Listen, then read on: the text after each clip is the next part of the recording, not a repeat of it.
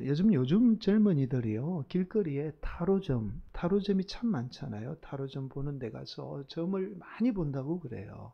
근데 놀라운 사실은 이 안 믿는 사람 청년들만 보는 게 아니라 기독교 통계에 의하니까 45%에 가까운 우리 믿는 청년들도 이 타로점에 가서 타로를 본다는 거예요. 그런데 단순히 재미로 보는 게 아니라 2명 중에 1명꼴로 이 타로점을 실제로 믿는다는 거예요.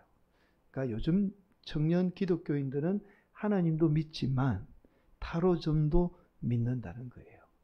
그러니까 이것은 사실은 우리 사회가 그만큼 불안하다는 사실을 이제 반증하고 있는 거예요. 청년들이 미래가 불안하니까 이런 미신을 의지하게 되는 겁니다. 인간이 불안하면 반드시 미신을 의지하게 돼요. 그런데 이처럼 기독교인들이 이런 잘못된 미신을 의지하는 이유 중에 하나가 기독교인이 가지고 있는 잘못된 예정론 때문입니다. 그러니까 우리가 기독교에서 예정론 이렇게 말하잖아요. 그래서 이 예정론 때문에 우리의 미래가 정해져 있다라고 그렇게 알고 있습니다. 그러니까 여러분, 기독교에서 말하는 예정론은 2가지의 의미가 있어요. 첫 번째는 우리가 이제 하나님의 선택받은 하나님의 자녀가 되었죠. 그 자녀는 어떠한 일이 있어도 반드시 구원받는다는 사실이 예정되었다는 거예요. 그러니까 우리 개인의 미래가 예정된 게 아니라 우리의 구원이 예정되어 있다라는 겁니다. 자, 2번째 의미가 있어요. 근데 이 2번째 의미가 참 중요한데 대부분 이 2번째 의미는 잘 모릅니다. 목사님들도 잘 가르치지는 않으시는 것 같아요. 예정론의 2번째 의미는 하나님이 저와 여러분에게 복을 주시기로 예정하셨다는 사실이에요. 아멘 안 하시네요. 복을 주시기로 예정되어 있어요.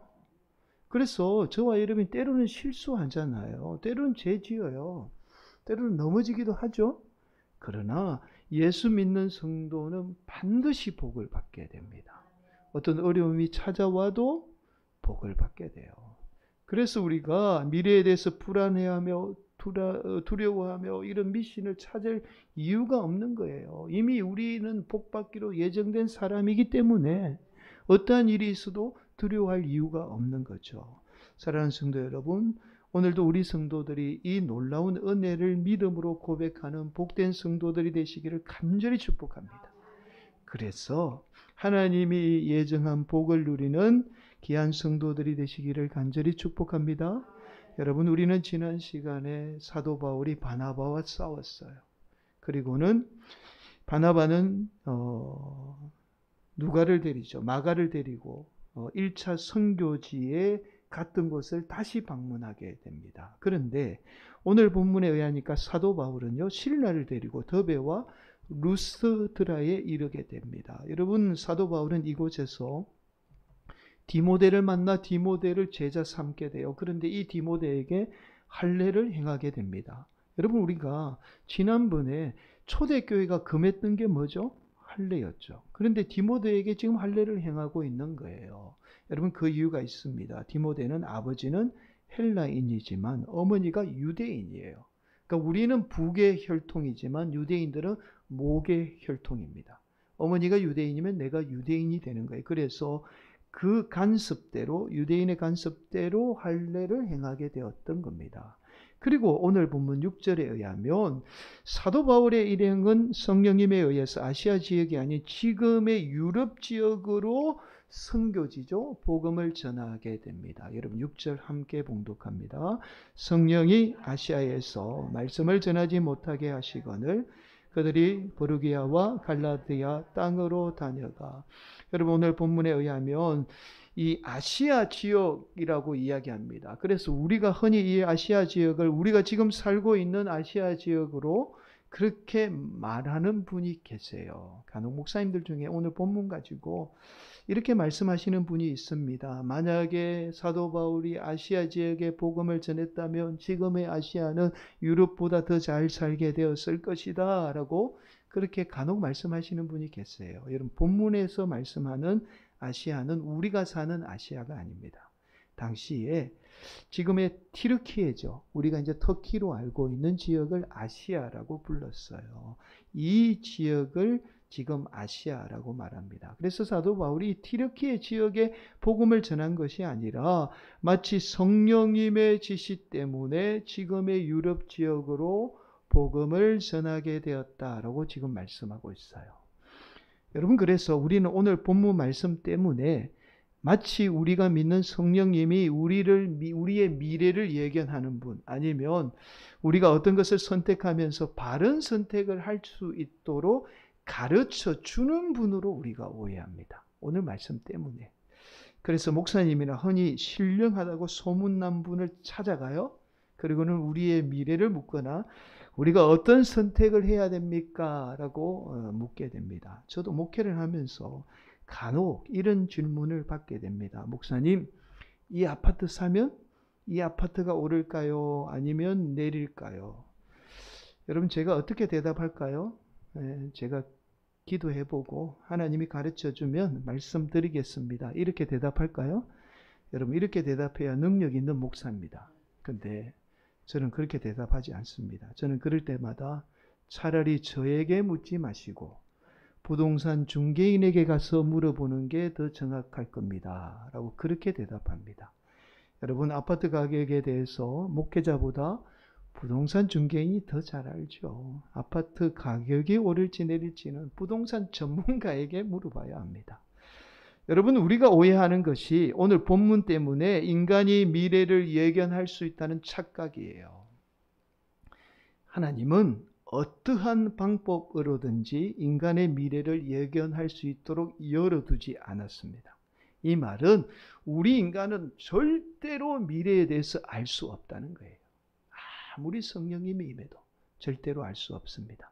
제가 이렇게 말씀을 드리면 어떤 분은 이렇게 반문할 거예요. 아니, 목사님, 요엘서에 보니까 성령님이 임하면 우리가 장래의 일을 말한다라고 말씀하지 않습니까? 요엘서 2장 28절에 이렇게 말씀하죠.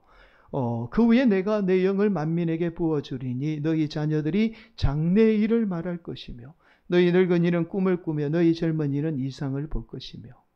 여러분, 우리가 성경 말씀 가운데 많은 말씀을 오해하지만 가장 많이 오해하는 말씀 가운데 하나가 이 말씀이에요.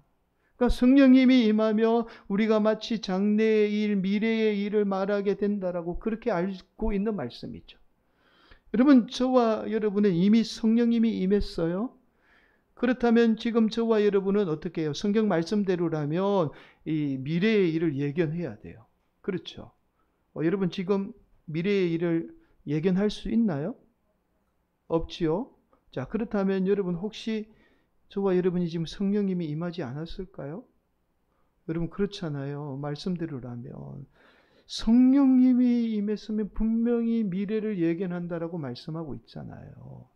여러분, 만약에 저와 여러분 가운데 성령님이 임하지 않았다면 저와 여러분은 지금 예수님을 우리의 삶의 구주로 고백할 수 없어요. 성령님이 임했기 때문에 지금 우리가 이 자리에 있고 예수를 믿고 있는 겁니다.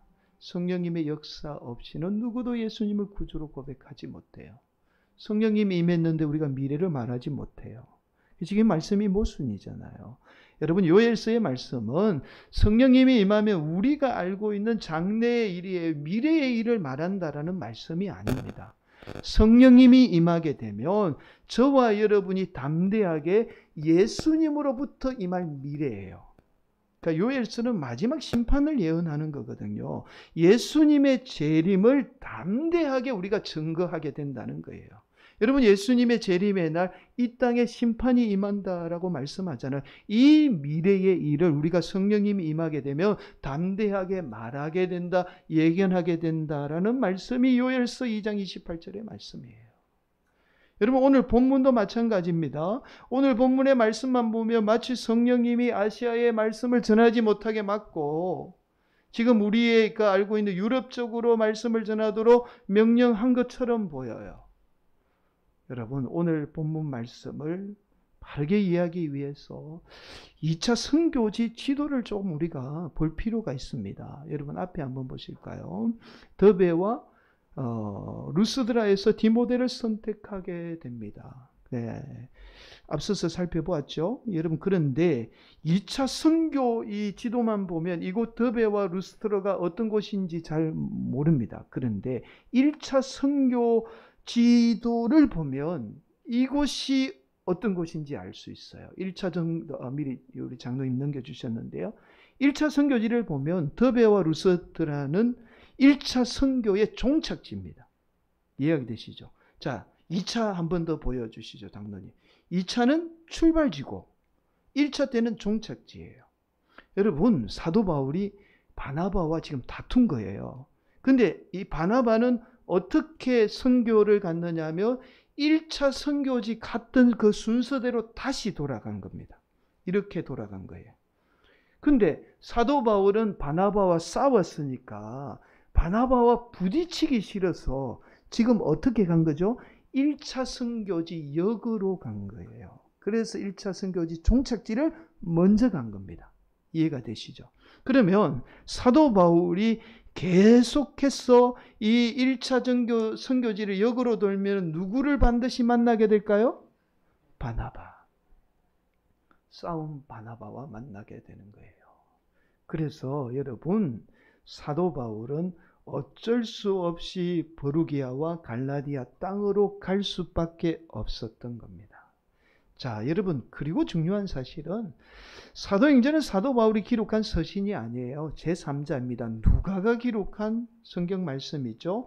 이 제3자인 누가는 사도 바울이 성령님의 지시를 받고 버루기아와 갈라디아 땅으로 갔는지 정확하게 알 수 없어요. 물론 말했으면 알 수 있겠죠. 여러분, 성령님은 부활한 후에 부활한 예수님은 제자들에게 단체로 나타나서 보이시고 역사한 분이에요. 그런데 성령님은 단체로 보이지 않는 분입니다. 항상 개인에게 나타나 역사하는 분이에요. 그래서 누가는 사도 바울에게 성령님이 지시했는지 정확하게 알 수 없습니다. 그리고 마지막 또 하나 중요한 말씀은 사도행전이 기록된 시기가 이 사도 바울의 2차 선교가 끝난 후에 한참 후에 기록된 말씀이에요. 여러분, 이것이 무엇을 말씀하느냐 하면 결국 오늘 본문의 말씀은 누가가 지나고 보니까 이게 성령님이 막았고 성령님의 역사였다라는 사실을 깨닫게 되었던 거예요. 그래서 누가는 더 이상 자신들이 성령님에 의해서 아시아 지역으로 가지 않고 브루기아와 갈라디아 땅으로 가게 되었다는 사실을 나중에 깨닫게 되었던 겁니다. 여러분, 싸운 바나바를 피해서 저 사람 만나기 싫어서 어쩔 수 없이 갈라디아 지역으로 갔는데 이게 나중에 보니까 더 큰 하나님의 은혜였고 또 성령님의 역사였다는 사실을 깨닫게 되었던 거죠. 사랑하는 성도 여러분, 저와 여러분이 마치 성령님에 의해서 미래를 예견할 수 있다. 기도 많이 하시는 분은 미래를 예견할 수 있다라고 착각합니다. 그래서 대단한 믿음의 소유자에게 우리의 미래를 내맡기는 어리석은 성도들을 종종 보게 돼요. 여러분, 앞서서 말씀을 드렸지만 하나님은 우리의 미래를 누구에게도 열어두지 않았습니다. 심지어 하나님이 아들인 예수님마저도 미래의 일은 모른다라고 말씀해요. 제자들이 예수님에 찾아와가지고 예수님 언제 심판날이 임합니까? 라고 물어보니까 예수님 뭐라고 이야기해요? 그날은 나도 모른다. 왜 그렇죠? 미래는 어느 누구에게든지 열려있지 않아요. 닫혀있기 때문에 그렇습니다. 그 이유가 있죠. 미래는요, 우리에 의해서 얼마든지 바뀔 수 있기 때문에 그래요. 그래서 하나님은 우리의 미래를 누구도 알 수 없게 한 겁니다. 여러분, 우리 인류를 통틀어서 아브라함만큼 믿음을 소유한 인물이 없어요. 그래서 아브라함을 뭐라고 부르죠? 믿음의 아버지라고 부르죠. 여러분, 아브라함만큼 뛰어난 인물이 없다라는 말씀입니다. 히브리서 11장 8절. 그런데 히브리서 11장 8절은 이렇게 말씀해요. 한번 보실까요? 믿음으로 아브라함은 부르심을 받았을 때에 순종하여 장래의 유업으로 받을 땅에 나아갈새 갈 바를 알지 못하고 나아갔으며. 여러분, 하나님이 아브라함에게 약속의 땅을 줄 거야 라고 그 땅으로 가라고 명령한 거예요. 그런데 아브라함이 그 명령 따라서 나아가면서도 불구하고 뭐라고 지금 말씀하냐면 갈 바를 알지 못했다라고 말씀해요. 믿음의 아버지가. 무슨 말씀이죠? 아브라함이 하나님의 명령 따라갔지만 장래 일은 자신도 몰랐다라는 말씀이죠. 사랑하는 성도 여러분, 저와 여러분이 불안하기 때문에 자꾸만 이 미래의 일을 알고 싶은 거예요. 여러분, 가령 예를 들어서 저와 여러분이 어떤 회사를 다닌다라고 가정을 해봅시다. 제가 어떤 회사를 다닙니다. 여러분도 지금 회사를 다녀요. 그런데 그 회사가 저와 여러분의 아버지 회사입니다. 아버지 회사를 제가 다니고 있는 거예요. 그렇다면 저와 여러분이 그 회사를 다니면서 그 회사에서 잘리게 될지 아니면 계속 다니게 될지 불안할까요? 불안하지 않을까요? 불안할까요? 불안하지 않을까요? 불안해요? 불안하지 않죠. 여러분, 어지간하게 아들이 사고 치지 않고는 아버지 회사에서 아들 잘리지 않습니다. 왜냐하면 아버지 회사가 곧 내 회사가 되잖아요. 내 회사에 다니는데 내가 불안할 이유가 없잖아요. 여러분, 우리 인생도 마찬가지예요. 지금 여러분 누구 회사에 다니고 있다고요? 하나님 아버지 회사에 여러분이 다니고 있는 거예요. 그럼 불안할 이유가 없는 거예요. 그런데 오늘날 성도들이 하나님에 대한 믿음의 부재죠. 즉 하나님이 나의 아버지라는 믿음의 부재가 우리를 불안하게 만들고 자꾸 그 불안은 우리로 하여금 우리의 미래에 집착하게 되는 거예요. 현실이 더 중요한데 오지도 않는 미래에 집착하며 살고 불안하며 살고 있는 겁니다. 그러나 저와 여러분은 하나님의 자녀이기에 이 세상을 살면서 불안해할 이유가 없어요. 반드시 하나님의 자녀인 저와 여러분은 하나님이 주인인 이 세상에서 복을 받게 됩니다. 여러분, 세상 사람들은 우리가 고난당하거나 어려움을 당하면 저 인생 저주받아서 그래. 부모가 저렇게 잘못 살더니 자녀가 저주받아서 그래. 우리의 저주로 인함이라고 말합니다. 이건 세상의 이치예요. 근데 우리 하나님은 우리의 고난과 고통을 그렇게 말씀하지 않아요. 우리가 믿는 하나님은 오히려 우리가 당하는 고난이나 아픔을 통해서 우리가 더 많은 복을 받는다라고 그렇게 말씀해요. 여러분, 그래서 시편 34편 19절은 이렇게 말씀합니다. 의인은 고난이 많으나 여호와께서 그의 모든 고난에서 어떻게 해요? 건지시는도다. 건진다는 말이 그냥 건지는 게 아니라 그 고난을 통해서 반드시 복을 주신다는 말씀이에요. 그래서 저와 여러분이 현재 당하는 고난이나 아픔도 중요하죠. 그러나 무엇보다도 더 중요한 것이 여전히 저와 여러분을 사랑하는 우리 하나님이 저와 여러분에게 복 주시기 위해서 고난마저도 허락한다는 사실입니다. 그래서 저와 여러분이 미래에 대해서 불안하거나 두려워할 이유가 없어요. 고난당하면 오히려 그 고난 때문에 우리가 더 많은 복을 받게 되는 거예요. 그래서 그 고난 피해가면 좋지만 피할 수 없으면 하나님이 그 고난을 통해서 우리 성도들에게 더 놀라운 복을 허락하게 됩니다. 여러분, 우리가 살다 보면 죄 짓고 잘못 선택하기도 하고 실수도 하죠. 어떻게 우리가 살면서 실수하지 않겠습니까? 그런 사람 없어요. 그러나 저와 여러분은 사랑하는 우리 하나님은 우리의 잘못된 선택마저도 복을 주시는 분입니다. 오늘 본문이 이 사실을 지금 말씀하고 있는 거예요. 사랑하는 성도 여러분, 이 세상 우주 만물의 주인은 우리 하나님이에요. 그 하나님이 만든 세상에서 하나님의 자녀인 저와 여러분이 살고 있습니다. 아버지 회사에서 제가 지금 다니고 있는 거예요. 그래서 이 세상의 모든 것은 저와 여러분 중심으로 다 돌아갑니다. 그렇게 하나님이 하나님의 자녀인 저와 여러분에게 복을 주기 위해서 이 세상을 창조하신 거예요. 그래서 우리가 너무나 잘 아는 말씀 창세기 1장 28절에 이렇게 말씀하죠. 우리 함께 봉독합니다. 하나님이 그들에게 복을 주시며 이르시되 생육하고 번성하여 땅에 충만하라. 땅을 정복하라. 바다의 물고기와 하늘의 새와 땅에 움직이는 모든 생물을 다스리라 하시니라. 말씀 잠깐 보여주실까요? 하나님이 그들에게 복을 주시며, 자, 이 말씀이 중요하고 끝에 모든 생물을 다스리라 이 말씀이에요. 이게 무슨 말씀이냐면 다스리라는 말은 결국 모든 것이 우리를 복되기 위해서 창조되었다라는 말씀입니다. 사랑하는 성도님, 그래서 저와 여러분의 미래는 반드시 복이 기다리고 있어요. 복이 예정되어 있습니다. 이 사실만큼 확실하게 정해진 게 없어요. 누구도 부인하지 못해요. 왜냐하면 중요한 말씀을 드립니다. 예수님이 피로 저와 여러분과 하나님과 언약을 맺었기 때문이에요. 이 피의 언약은 절대로 변할 수 없습니다. 예수님의 공로로, 그 피의 공로로 저와 여러분과 하나님 사이에 언약이 맺어서 저와 여러분은 복받는 존재로 예정이 된 겁니다. 사랑하는 성도들, 오늘 우리 성도들이 그 예수님의 피의 언약으로 말미암아 반드시 복을 받는 귀한 인생이 되시기를 간절히 축복합니다. 여러분, 작곡가 가운데 베르디라는 인물에 관해서 잘 아실 거예요. 여러분, 베르디 하면 오페라 작곡가로 유명하죠. 오페라의 아버지라고 그렇게 이야기를 합니다. 지금의 오페라의 형태를 완전히 갖춘 분이 이 베르디예요. 우리가 잘 아는 라트라비아타, 아이다와 같은 대형 오페라로 작곡한 분으로 유명한 분이죠. 그런데 이분의 숨은 이야기에 대해서 제대로 아는 분이 없어요. 여러분, 이분은요, 다른 음악가와 달리 가난하고 전혀 음악과는 상관없는 집에서 태어났어요. 아버지가 시골에 조그마한 여인숙을 운영했습니다. 그래서 이 베르디가 음악을 아무리 잘해도 음악을 시킬 수 없는 가정이에요. 근데 베르디의 재능을 보고는요, 아버지의 친구가 그 도시에 부자가 있었는데 그 아버지의 친구가 베르디를 후원하게 돼요. 그런데 이 베르디는 그렇게 쉽게 빛을 보지 못해요. 그러니까 늦은 나이에 음악원에 겨우 들어갑니다. 몇 번 만에 들어가요.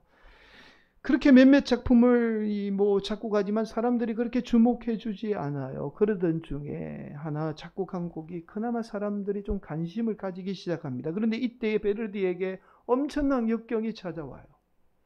갓난 두 아들이 병에 걸려서 그만 죽고 마는 안타까운 사고가 일어나요. 그리고 이어서 그의 사랑하는 아내마저도 자녀가 죽게 되자 슬픔에 빠져서 시름시름 앓다가 아내마저도 죽고 맙니다. 이 베르디의 아내가 베르디에게는 특별해요. 어떤 아내냐면 자신이 후원하던 그 아버지 친구 있죠. 친구의 딸이에요. 그 친구 딸에게 피아노 가르쳐 주다가 그냥 눈이 맞아서 사랑에 빠진 거예요. 나이가 차이가 좀 있겠죠. 그러니까 아내를 엄청나게 사랑했어요. 그런데 한순간에 두 자녀와 사랑하는 아내마저도 다 잃게 된 겁니다. 그리고 설상가상으로 그때 하필 자신이 쓰던 작품마저도 세상 사람들에게 엄청나게 혹평을 받아요. 호평이 아니고 혹평을 받습니다. 여러분, 베르디는 도저히 다시 일어날 수 없는 깊은 절망에 빠져요.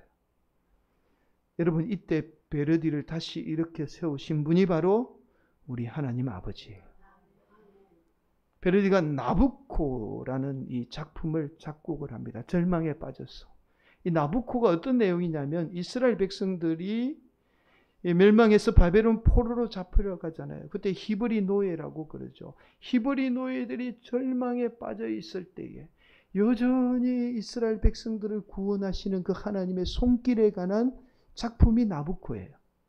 여러분, 베르디가 이 작품을 통해서 절망 가운데 하나님의 아버지를 신앙으로 만나게 돼요. 그리고 자신을 이렇게 세우시는 분은 오직 하나님 한 분밖에 없다는 사실을 믿음으로 고백하게 됩니다. 그리고는 이 작품을 눈물로 기도하며 완성하게 돼요. 그리고는 이 작품이 세상에 나오자 사람들이 열광하며 이 작품에 환호하게 돼요. 그래서 지금의 베르디가 있게 된 거예요. 여러분, 우리가 잘 아는 이 작품에 히브리 노예의 합창이 있어요. 히브리 노예들이 절망 가운데 하나님이 다시 이렇게 세우실 거라는 그 찬양이 지금도 이태리 사람들은 애국가보다 더 많이 부르는 곡입니다. 힘들 때마다 이 곡을 부르면서 그렇게 찬양을 드려요. 여러분, 베르디에게 그 아픔과 역경과 고난이 없었다면 지금의 베르디는 존재할 수 없었어요. 그 아픔과 역경이 있었기에 하나님이 베르디에게 찾아오셨고 그 베르디에게 하나님은 영원한 아버지가 되신 겁니다. 사랑하는 성도 여러분, 하나님은 저와 여러분이 어떠한 절망과 아픔 가운데도 여전히 저와 여러분을 사랑하는 아버지예요. 변할 수 없는 사실입니다. 이 사실은 오직 예수님의 십자가의 공로를 통해서 저와 여러분이 하나님의 자녀가 된 거예요. 그래서 저와 여러분이 예수님을 믿게 되면 반드시 복을 받게 됩니다. 하나님과 맺은 언약이에요. 변하지 않는 예정된 복입니다. 그래서 저와 여러분에게 어떠한 일이 닥쳐도 불안하거나 두려워할 이유가 없어요. 오히려 우리에게 닥친 고난은 저와 여러분을 더 복되게 만듭니다. 오늘도 우리 성도들이 어떠한 상황에도 이 세상의 주인이신 우리 하나님 아버지가 우리의 아버지 되시며 우리를 복주시는 분임을 믿고 절망과 아픔 가운데도 다시 일어나 하나님의 놀라운 복을 받는 귀한 성도들이 되시기를 예수님의 이름으로 간절히 축원을 드리겠습니다.